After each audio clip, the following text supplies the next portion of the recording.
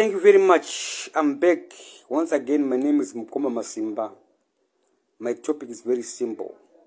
SIS MELLY, Wava, chikorobho, Chepa, Facebook. Yes, I'm correct. I wasn't active. I wasn't available. I wasn't there on Facebook. I was a loner. I was in the wilderness. I'm back. I see SIS MELLY, Wava, chikorobho, Chepa, Facebook. This is what I'm seeing. Remember, I wasn't there. I don't know what happened. I don't know. But I'm telling you what I see now. That's just SIS MELLY, very SIS MELLY diaries. But today I'm back. She's not SIS MELLY diaries anymore. I see a chikorobho Chepa Facebook. Arutsa will say, SIS MELLY, yempukuti. I hope we SIS MELLY uyai. I bid was 7,000 pounds, SIS MELLY uyai. Then I booked Maruti, SIS MELLY. And school tuka, and school shora. I don't know what happened. Kuti mera pe search chikorobho Chepa Facebook. MELLY, remember on SIS MELLY. I want you to know why. Sisi is also a sister. Sisi is also considered msikana we basa. Msikana we basa not chikorobho. That's why what chikorobho. Because you're Sisi. So you're playing your role. You're playing your part. Yes. MELLY, I want you to understand this. Why what chikorobho? Do you understand why?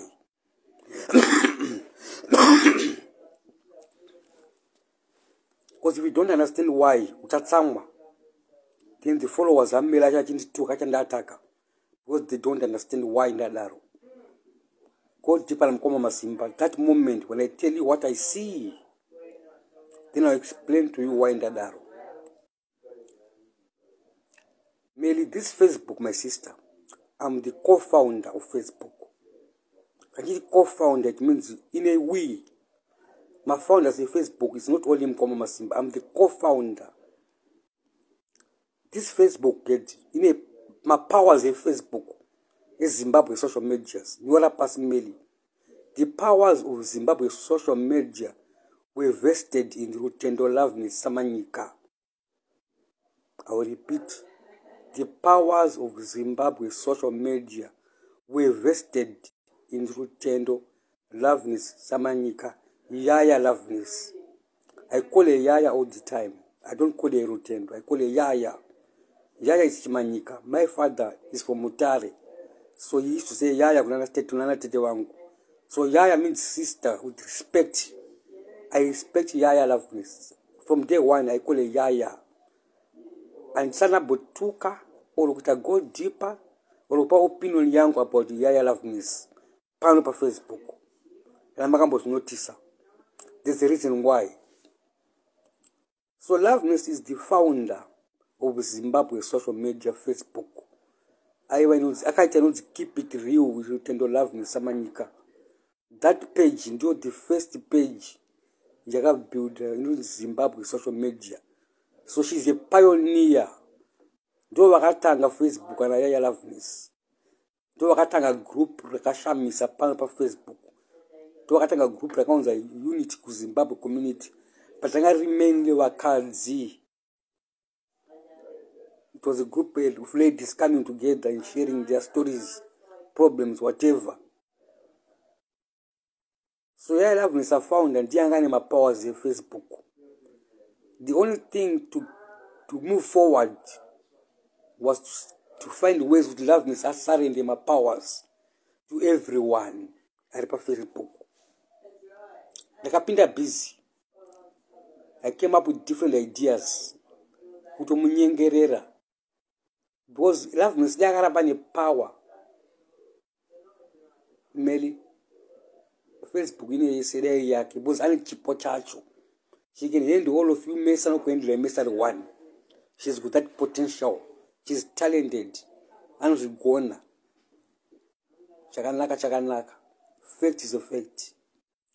So Yaya Loveness, my strategy was to take powers from Loveness and give powers to everyone. That's why today we account yako kazimirira. When a power could dara together. When what is loyal to somebody. That's the history of Facebook. So Loveness by number one, doing something for her. Very passive. I want something from here. So I had to start in committing something. Those days, my internet radio. Yeah, Loveness was a DJ over radio. So Loveness is a social media pioneer. I have a radio over internet. She was a DJ, a talk show host by radio. I started calling radio out. Yeah, but that's when I started social media. Young winning. She participated by radio. Yeah, Loveness. Then we became friends through radio. Here the host, the caller. Ndani shamwar now, ndani bondi. Chandukula power, nakutola ma powers now. Tima ise kumu wese. So I have to work with her. I have to find a way to convince her. So it was not easy. With time, then I saw an opportunity to get the TV. Then I said, yeah, Loveness, we are to get the TV. That was the first step to take the powers from Loveness to people. But I can't get the TV. I have a page yake. I could get the TV. I could my powers there. I could she's not sharing the powers with the people now. By supporting Keda, Loveness, I can't warara. To support a Keda, Gisumuke, I can't Loveness. To buy a Sumuka peak of 60,000 people. One walk for people keep it real and Loveness. I could do the crowd yakuya. So Loveness, I any crowd yaki, Keda TV as ya pika. Guess what? My actors are going to disappear because of the power of Loveness. Keda TV, the first challenge was to lose main actors. And as Sama Rose, do we read about Keda TV? Because Loveness, the power of Loveness, I got dingo the Keda TV. I got tola power yes, Chaonga chase tawe nacho. Yangwa ya Loveness, ya ravu. Then as Sama Rose, they left, they disappeared. Then look at Sama Rose, mugu teaser. Instead of the Muripa Duze, Tatone ma powers, Tana Loveness Panapa. Then they left. Then they said their own things. That's when groups started. Sama Rose. That's the SIS MELLY. Those are what chikorobho today. With time, Loveness, then I went to explain to you, yeah, Loveness, no question one. Muka vura page yenyu ya Loveness. And they to support my page wangu Loveness. More support wangu. The Loveness agreed. That's when Loveness from Keda TV we went to Simple Life TV. With an idea with Loveness, I can go show ya kids. I can support the Simple Life TV. There is Simple Life TV. You tell you Loveness, the phone up an anti-Jenny. With a cola anti-Jenny. That him no pengerem. Loveness with a cola. I'm supposed to have value yana emu. Ndakuni sa Simple Life TV. With him pay show ya ke. As me rega. Anti-Jenny make a show you. Loveness we are sumu za Simple Life TV. As long as sumu za. Ayo. Ngai the cola. So Loveness a cola pa anti-Jenny. Zakutora anti-Jenny wacho. Because mutamba ni muna ni power. Anodona ndiwa usikuona utamba mani weight. Mashows anti-Jenny adona manje. Content anti-Jenny yakurasika. Yangwa mainini makadi mainini muramu ya muramu. Ndopana na olinda wakufona we papa anti-Jenny vakanga wa show yao yatu ya muramu na Jedza wakutazana muramu. Simple Life TV yakuluza content. Simple Life TV instead of building and uniting, connecting Zimbabweans. Ya anti-Jenny ni ya zewaramu ya cherima. Jedza wakutila ya guwa. Ya kwenda kumakuwa. Then I said, this is good again. This is showing my powers. I kwenda kuwana. But when I tell my powers, they want to make them their own powers. Kuma must be saying, no, these powers belongs to everybody. My powers, they belong to everybody. Everyone is powerful. I need to know that I want to go to Pangiri Palapa. Don't you know? Vanonga na kwa Loveness kudara. Kusonga nzevanu. Let's build a community. You are not a leader anymore. There's no more leader. The Facebook leader was Loveness. They're the leader. They are the first step with a group of Facebook. Join the leadership. You're taking a step. So the leader of Facebook is Loveness. So you can't lead anything anymore by Facebook. Musano is the leader. You're a passy. Everyone is a leader now. The challenge you don't wonder. They want to open a group and be a leader. You can't lead anymore. There's only one leader. You want to lead the people. Where do you want to lead the people? To where? Where are you going? So you can't lead anyone anymore. People are now powerful to lead themselves. So the only way to do is to find ways to uplift each other. You're a person. You can't lead anyone. Lead yourself. Lead yourself to where you want to go. SIS MELLY diaries in Zion, but diaries in the pay you, the people will say, to some common Masimba, so Mukana, because I'm a SIS MELLY diaries member. It's not a favor or what. It's I'm a member of diaries. Daranga is Christmas, Masimba Zokai, Christmas time for remembering. Brumo in that internal Zoka for a short time. But I'm going to say what I see. Because I don't know what was happening, I don't know. So allow me to say what I see. Merely watch chikorobho. Loveness have more than very good practice.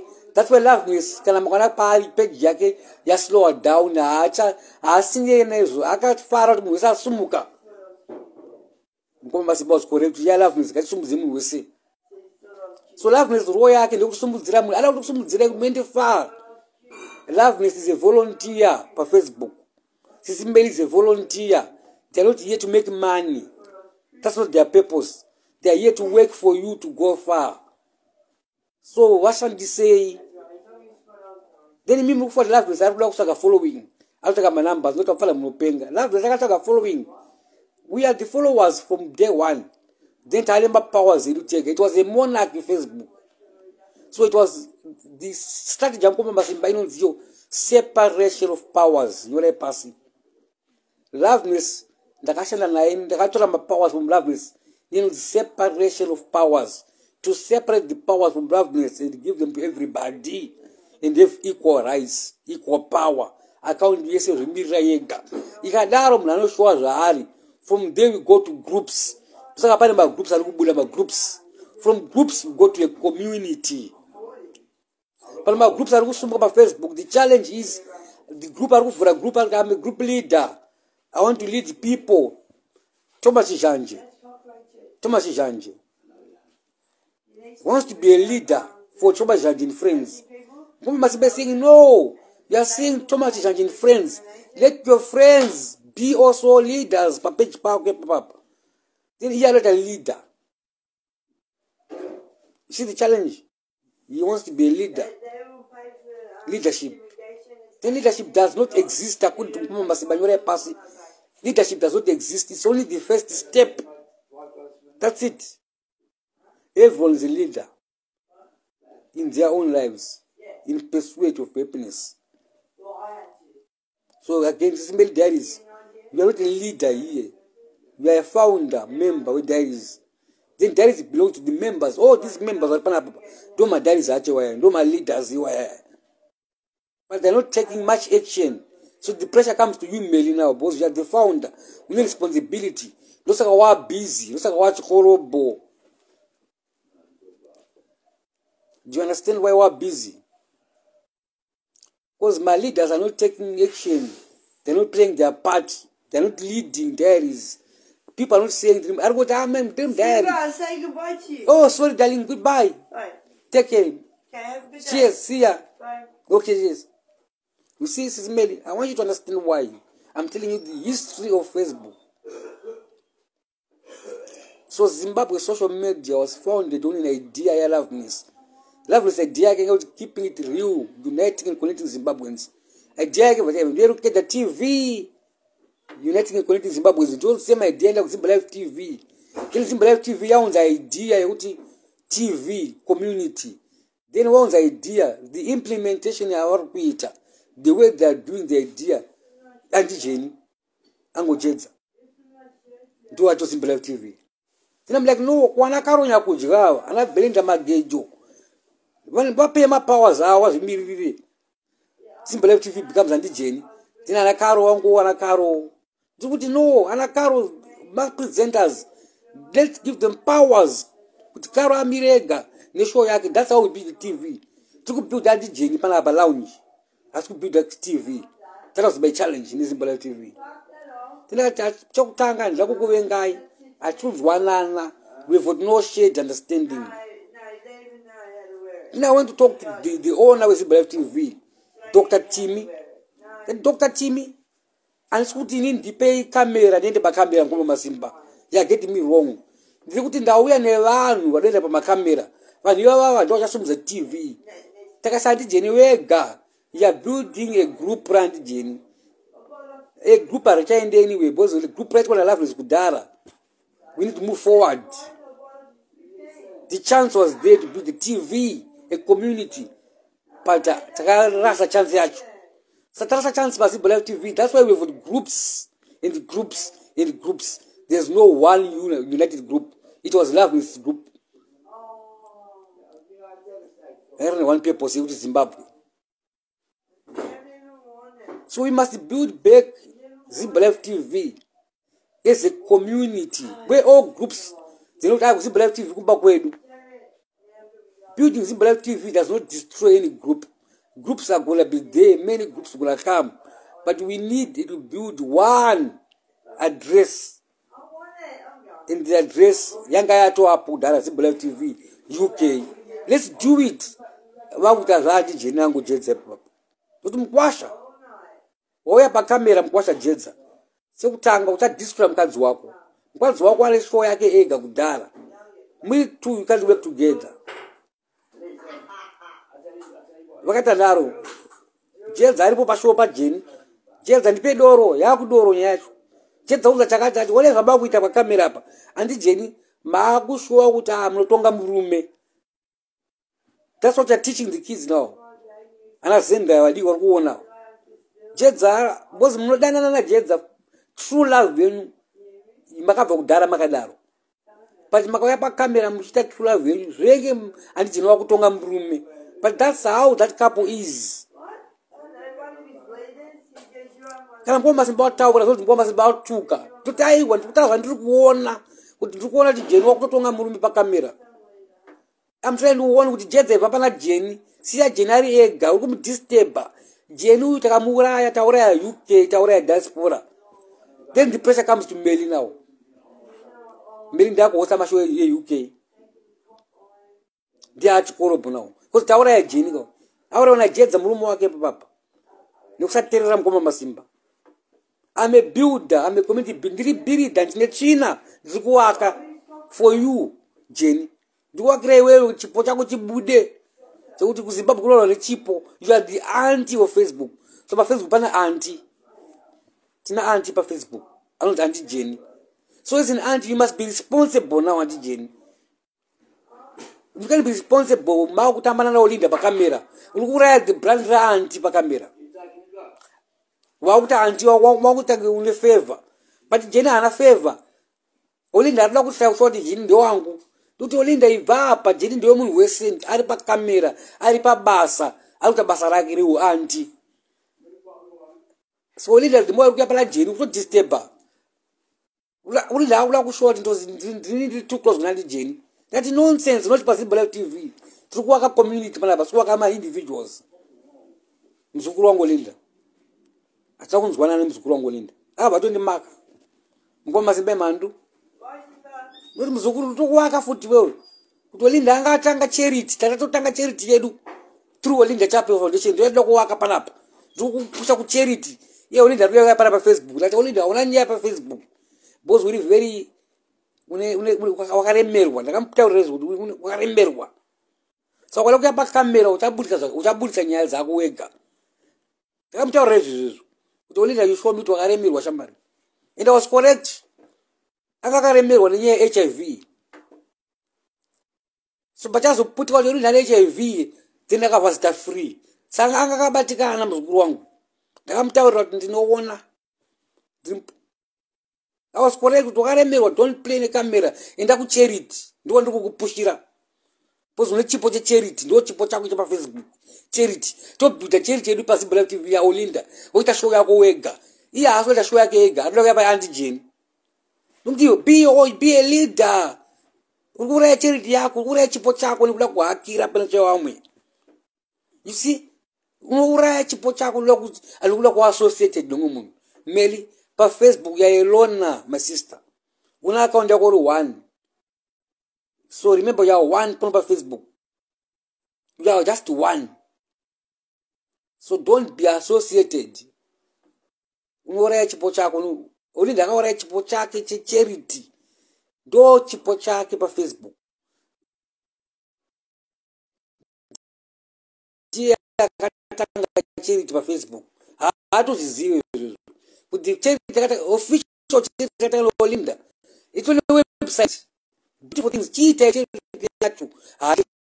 opposite. They promise you the title.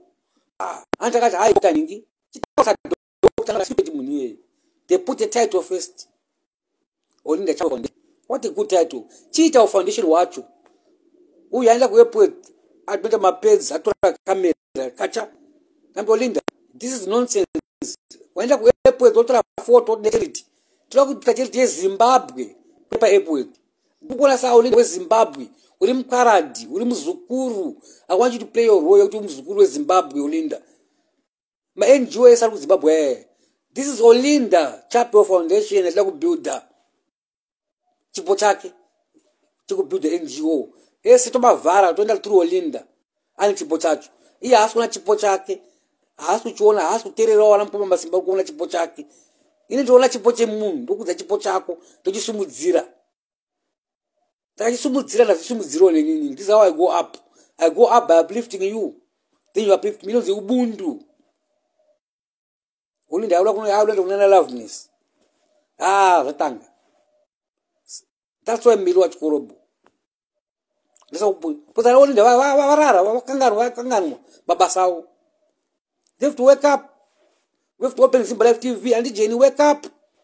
Chema, the you have to open Simple Life TV. Only responsibility and Jenny. You owe a duty of care. And you're passing diaspora. I'm speaking diaspora now. And Jenny, you owe a duty of care through Simple Life TV. You promise the people that you are the auntie. Waka promise one. Waka to you're passing really recorded. So you have got the responsibility and Jenny. Your duty of care. Your auntie. Do you auntie what you will? So come back. You have to come back, Auntie Jenny. Whether you like or you don't, she must come back. Dear auntie, where you take a look, see you for the pass. We are going nowhere. Chipoche munga chisumudziwe. Chipoche Auntie Jenny, cho auntie. Chakata zaku buda because Jenny na kubuilda iye pachake. You don't know to build the auntie. What they we are Jenny? Auntie, we are building the auntie brand. Ya kubuda auntie we magu kwanye mega la jetza. Don't you jetza mkwasho wangu ndineza kwanda zikuita newe pa Facebook. Hadi terere jetza. Don't mkwasha. I want to tell you one thing.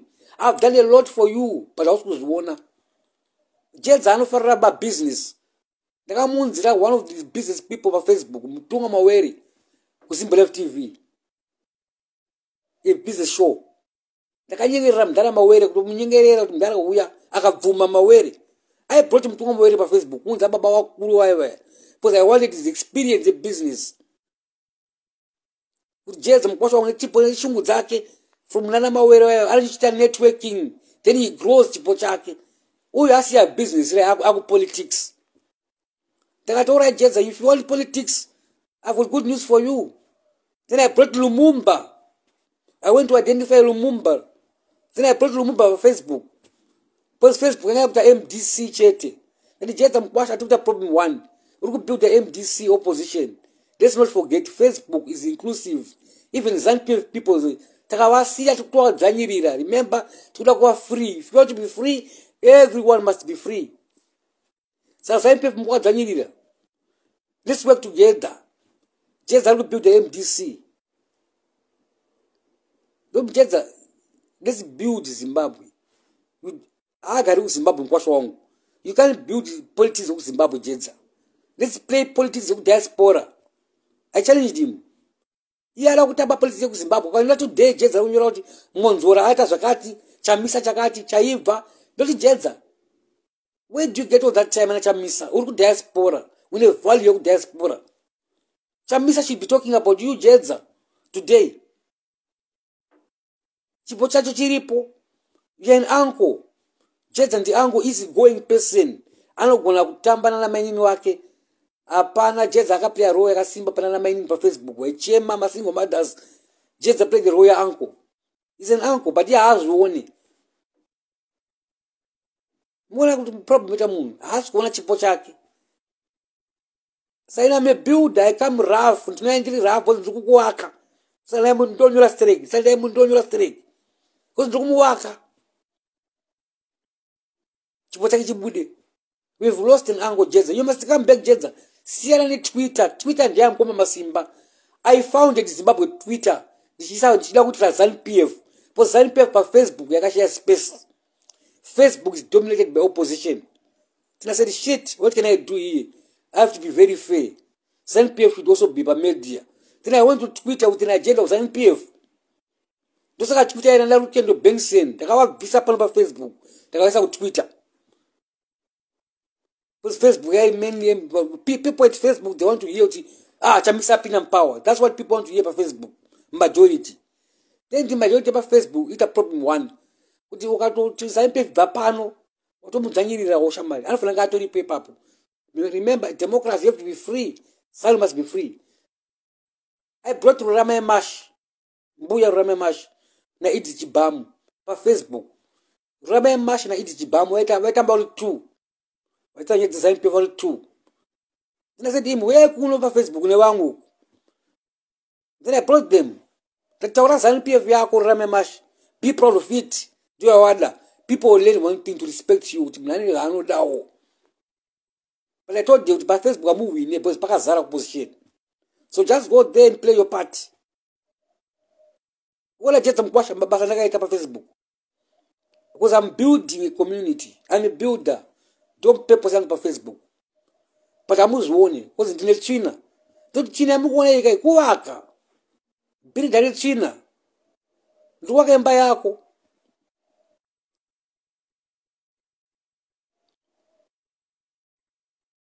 When I made Jedza ask pa Facebook, sataluza uncle, taluza auntie. The pressure much but scammers in UK awala mkana. Because UK anyara zibele TV ya shut down. But UK scammers atanga. I can bring it to UK. A personal jiriba camera. Mwana. Are you understanding 10,000 pounds Yabi was saying? 10,000 pounds Yabi was antigen is down. Jedza is down. UK is down. Zimbabwe TV is down. So the chance here UK people to scam ya hapo. Walikuwa mbali za UK wavalipa Zimbabwe TV. Ikruye Zimbabwe TV. Ana mema zoe. I'm not accusing you mema zoe. Sana zwenye yacho. Nango tear up bits and pieces. I wasn't here. I don't know. But lands what pana bill was 10,000. Then don't him. Number one, this is not news on Facebook. Zakatanga na delicious. Akabama 250. Ngoma masimba stood up. I warned you I want to travel in the Europe. But because angani know my numbers. When masimba imandu, I lose me Europe. After some time, na nyora pasi. Apala omlenda mukubirwa. After some time, nakati vulema notsenyu cheka makanyora pasi here. Maendere ku Europe atina. The same people can't eat Masimboli man, dog, we went to Masibati select people married Zedu. Then I stood up, I opened the camera. That delicious, you must pay back that money. Wababa camera. Badrapa camera, Mario. So that we move forward. That's where I disagree with delicious. I don't hate it. Delicious, Queen, I don't hate it at all. But I disagree with her. I don't like what she did. I'm a principled man. Wakabira all my ripa like Tarisa. Because ule ma numbers tokusiwa kadaro ayo watidaro ngoma ziba wadaro fair badala mali tutezo Wakabhatira mari yotatilicious. Hapana anokwanisa kuzoya chibafu paFacebook. Kuti akusati Facebook you have to be responsible. Takakuregerera wakadaro chikusekerera. Mbavha dzinouya bwo dzikusekerera. Chakaipa. Nonsense. Then tatilicious ndakapwa biro mari tatilicious. Chipo chako ndachiona kone chipo chakanaka chaicho. Une content yakari very rich, content yakari rich on LGBTI. So some people masimba, I'm going to destroy LGBTI wako. That destroy content yako, utaita no way. Utangwa entertainer panapa. Utaita ma sex tape. Ndakazitaura, ndanyore pasi. Today yango sex tape, once in a while sex tape. Ndakati gossip yako ndaitora, ndaipa evidence. Then I pushed evidence kuna makuwa. I took the gossip, tatilicious akane mbiri ya gossip. I bought a hot topic. Takaiuraya boza ndikakusiya utamba uchienda kumberi nichipo chako. You should be panapa. I want you to learn one thing, teachers. Nambu masimba, you have to be responsible. Pay back 250, then you become a friend again. I'm a very principled man. Mary, let's watch chikorobho. Today, the whole pressure comes when I see Mary. Because ante hapana, angu hapasi sina. Queen hawasi sipo. Wow, no way, Queen. Angu tendera pa Facebook palapa. Nima numbers. But where is she going? No way. Tambata. I can give you powers, I can take those powers. It's delicious. Ndiri one. Ndikakusunga. Akatry out ndakuta adverts kwa yana post pamchena mabazo kwa mchena ndakati advert pa Facebook. I'm going to block adverts from delicious. By blocking adverts from delicious, ndoba zokura na maititi amuri kuonawo. Because adverts ndakati pa Facebook adverts better manari kumusha ku Zimbabwe. It was my idea. Not anti-Jane na Jedza. I'm going to advert pa Facebook muri ku UK. Imari andi ku shift. Diaspora ndiye ku shift. My adverts no let's empower kumusha. Equality. Mubanzi kusema papa. Queen adverts akatadza.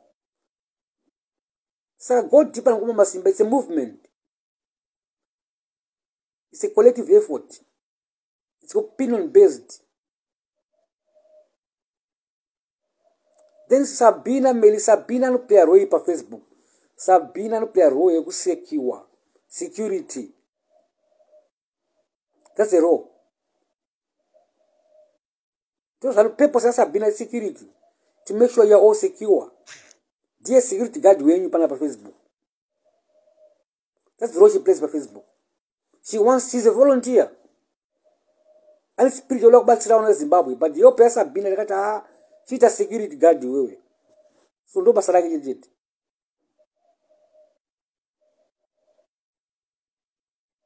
She's the security guard on Facebook.